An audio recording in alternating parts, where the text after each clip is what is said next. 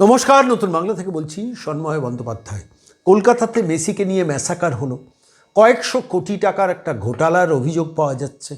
আর ঠিক সেই সময় দাঁড়িয়ে হায়দ্রাবাদে রেভান্ত রেড্ডি কয়েক বছর মাত্র রাজ্যের প্রথমবারের জন্য মুখ্যমন্ত্রী হয়েছেন। তিনি সাকসেসফুলি সেই ইভেন্টটাকে হায়দ্রাবাদে করলেন। সেখানেও কিন্তু শতদ্রু দত্ত, তিনি ইভেন্ট ম্যানেজার, যদিও তিনি কলকাতায়, কিন্তু তাঁর ইভেন্ট ম্যানেজমেন্ট টিমই কিন্তু হায়দ্রাবাদের এই অনুষ্ঠানটি করলো। আর পাশাপাশি গতকাল আমরা দেখলাম যে মুম্বাইয়ের মাটিতে দাঁড়িয়ে সেখানেও একটা সফল মেসির প্রোগ্রাম ইভেন্টটা হলো এবং সেখানে সচিন তেন্ডুলকর, সুনীল ছেত্রীরা থাকলেন, সে রাজ্যের মুখ্যমন্ত্রী পর্যন্ত উপস্থিত থাকলেন এবং মানুষ উপভোগ করলো এবং মেসি প্র্যাকটিক্যালি অবাধ বিচরণ করলেন মাঠের মধ্যে। আচ্ছা, হায়দ্রাবাদের মানুষ তারা মেসিকে উপভোগ করতে পারলো, মুম্বাইয়ের মানুষ তারা মেসিকে উপভোগ করতে পারলো, আর কলকাতার মানুষ মেসিকে উপভোগ করতে পারলো না, অর্থাৎ মেসির বিচরণটাকে উপভোগ করতে পারলো না। কেন? কিসের জন্য? কোন অপরাধে? বাংলা তার নিজের মেয়েকে নির্বাচিত করেছে বলে? আমি পশ্চিমবঙ্গের মানুষের কাছে এই প্রশ্নটাই আমার বারবার রয়েছে যে একই ইভেন্ট ম্যানেজমেন্ট টিম কলকাতায় পাচ্ছে না, হায়দ্রাবাদে পাচ্ছে, মুম্বাইয়ে পাচ্ছে। হায়দ্রাবাদে কিন্তু অবিজেপি সরকার। সেই প্রশ্নটাই তুলেছেন নীলাদ্রি বন্দ্যোপাধ্যায়, বিশ্লেষক। আমি আজকে এই বিষয়টা নিয়ে সরাসরি বিশ্লেষক নীলাদ্রি বন্দ্যোপাধ্যায় বক্তব্য শুনতে চেয়েছিলাম, কি বলেছেন শুনুন। বলছি হায়দ্রাবাদে সফলভাবে মেসি পর্ব হলো, মুম্বাইও দেখলাম সফলভাবে মেসি পর্ব হলো। প্রশ্ন আপনাকে, আপনি সোশ্যাল মিডিয়াতে সেটা লিখেওছেন, সেটা হচ্ছে মেসির সিকিউরিটি এই কলকাতায় যতজন, তারা তো হায়দ্রাবাদেও তাকে পাহারা দিয়েছে, তারা তো মুম্বাইও পাহারা দিয়েছে। আর একই ইভেন্ট ম্যানেজারের নেতৃত্ব হচ্ছে, যে ইভেন্ট ম্যানেজারকে মমতা এখন জেলে পুরে রেখে দিয়েছেন, মানে লোক দেখানো যদিও। তো প্রশ্নটা হলো যে কিভাবে এটা হলো, আপনার ব্যাখ্যা কি? না দেখুন, একটা কথা আমায় মানতেই হবে, নিশ্চয়ই ইভেন্ট ম্যানেজারকে তিনি জেলে পুরেছেন, তারা হয়তো একটা প্রয়োজন ছিল, যেভাবে ডিজাস্টার হয়েছে ইভেন্টটা। কিন্তু যে প্রশ্নটা থেকে যায়, একই ইভেন্ট ম্যানেজার তো হায়দ্রাবাদ এবং মুম্বাইতেও সম্ভবত ইভেন্টটা করেছেন, তাহলে কলকাতায় কি করে ব্যর্থ হলো ইভেন্টটা, আর মুম্বাই আর হায়দ্রাবাদে কিভাবে এভাবে সফলভাবে ইভেন্টটা হলো? এই প্রশ্নটা এসে যায়। তাহলে কি পশ্চিমবঙ্গে প্রশাসনের একটা এখানে দায় আছে? বিশেষ করে যেখানে প্রশ্ন আছে, আপনি যদি আজকে আনন্দবাজার পত্রিকাও দেখেন, আমি রেফারেন্স নিয়ে বলছি আপনাকে, সেখানে কিন্তু হেডিং হচ্ছে নির্লজ্জ নেতাতন্ত্র। এই যে নেতাতন্ত্রের প্রভাব, সেটা কি এই ইভেন্টের এই ধরনের একটা বিপর্যয়ের বড় কারণ? এর বড় কারণ কি অরূপ বিশ্বাসের মতো মন্ত্রীরা, একজন উদাহরণ যা স্বরূপ বিশ্বাস দিলাম, তারা মেসিকে নিয়ে এতটাই আগলে রেখেছিল, সাধারণ মানুষ মেসিকে দেখতে পেল, এবং তার থেকে এই বিপর্যয়ের দায় কি পশ্চিমবঙ্গের নেতা মন্ত্রীরা নেবেন না? শুধুই শতদ্রু দত্তকে স্কেপগোট করবেন, তাকে জেলে পড়া হয়েছে, অফকোর্স ঠিক করা হয়েছে, সমর্থন করছি, কিন্তু তার পাশাপাশি অরূপ বিশ্বাসকেও কি গ্রেপ্তার করা উচিত নয়? এই এত বড় বিপর্যয়ের দায় কি অরূপ বিশ্বাসের নেই? স্পোর্টস মিনিস্টার হিসেবে অন্তত তার পদত্যাগ করা কি উচিত নয়? আরেকটা কথা সন্ময়দা, মাননীয় মুখ্যমন্ত্রী মমতা বন্দ্যোপাধ্যায় লিও মেসির কাছে ক্ষমা চেয়েছেন ঘটনার জন্য। অরূপ বিশ্বাসের এত বড় ধৃষ্টতা, তার ক্ষমা চাওয়ারও প্রয়োজনীয়তা মনে করেননি তিনি। মুখ্যমন্ত্রী ক্ষমা চাইছেন, অরূপ বিশ্বাস চাইছেন না। এরপরও তিনি পদ আঁকড়ে কি করে পড়ে আছেন, আর মুখ্যমন্ত্রী তাকে কিভাবে কেন সরিয়ে দিচ্ছেন না, এই প্রশ্নটা কিন্তু তোলার সময় এসেছে।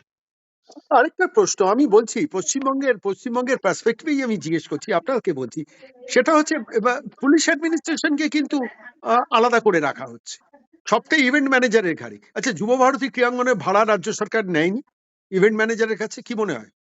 না না, মেসির মতো এত বড় একটা ইভেন্ট, যেটা সারা বিশ্বের নজর যেখানে রয়েছে, সেখানে কলকাতা পুলিশের কোনো ভূমিকা ছিল না, এটা আমি অন্তত মানতে পারছি না। রাজ্য পুলিশের, বিধাননগর পুলিশ কমিশনের বিধাননগর পুলিশের কোনো ভূমিকা ছিল না, এটা আমি সত্যিই মানতে পারি না, বা পশ্চিমবঙ্গ পুলিশের কোনো ভূমিকা ছিল না। আমি একটু আপনাকে একটা পয়েন্ট নোট করাচ্ছি, এটা আমার খালি বারবার মনে হচ্ছে। আচ্ছা, এত বড় ইভেন্টের জন্য কয়েকশো কোটি টাকা হয়তো এন্টার ডিল হয়েছে মেসির সঙ্গে, ইভেন্ট ম্যানেজাররা নিশ্চয়ই আর্থিকভাবে লাভবান হচ্ছেন, কিন্তু পশ্চিমবঙ্গ সরকার, যুব ভারতী ক্রীড়াঙ্গন, স্পোর্টস ডিপার্টমেন্ট, তারাও তো নিশ্চয়ই আর্থিকভাবে লাভবান হয়েছেন।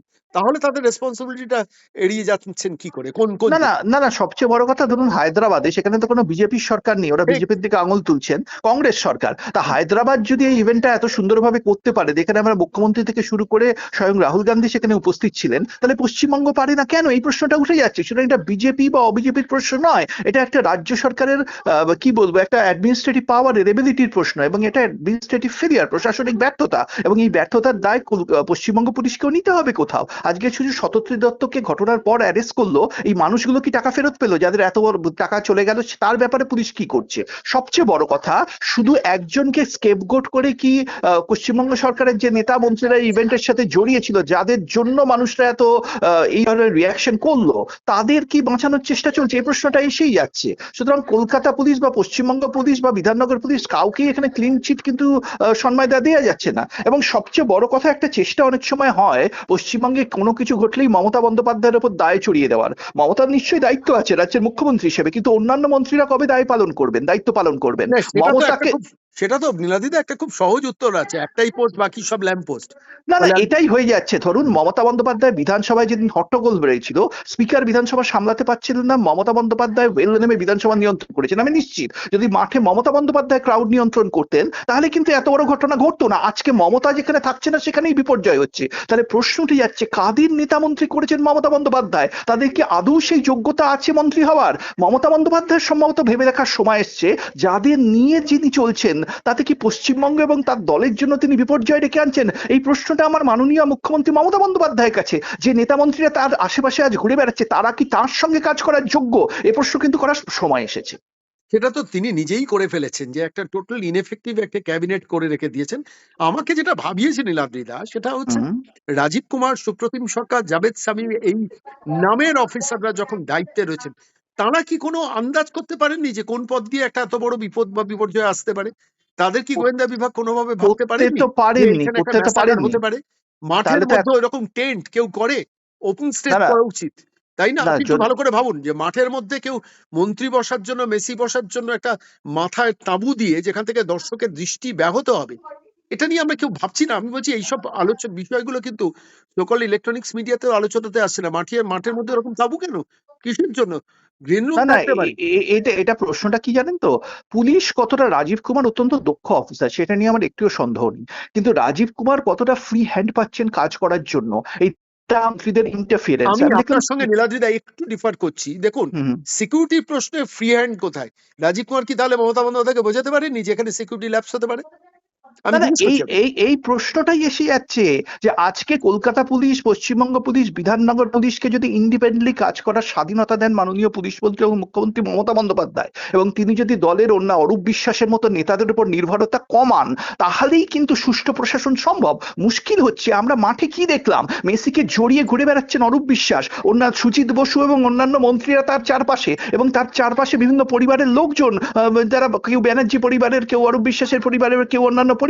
এটা তো আমরা স্পষ্ট দেখলাম। সুতরাং এই নেতা মন্ত্রীদের দৌরাত্মে আজকে প্রশাসনও কাজ করতে পারছে না, এটাই সমস্যা। এবং এই সমস্যার সমাধান একমাত্র মুখ্যমন্ত্রী মমতা বন্দ্যোপাধ্যায় করতে পারেন। আমার মনে হয় এখনো দেরি হয়ে যায়নি। মমতার প্রয়োজন হয়েছে সমস্ত মন্ত্রিসভাকে বরখাস্ত করে একটা নতুন মন্ত্রিসভা তৈরি করে নতুন সরকার তৈরি করা, তবেই কিন্তু তৃণমূল বাঁচবে। আর তো সময় শেষ, ফলত আর নতুন মন্ত্রিসভার প্রশ্ন আসে না। যেটা করতে হবে, বাংলার মানুষকে নতুন করে ভাবতে হবে। অন্তত এই না, উনি যদি না করেন, বাংলার মানুষ ভাববে। উনি পারবেন না। উনি পারলে কি নিজের ভাইপো ভাইজিদের ঢোকাতেন? আমি এখনো আশা রাখি সন্ময়দা, উনি তো আমাদের আপনি ইলেক্টেড চিফ মিনিস্টার, আপনি কিন্তু আশাবাদী উনি মানুষ, যদি না, আপনি রাখতে পারেন, কিন্তু পশ্চিমবঙ্গের মানুষকে ultimately has to take the decision.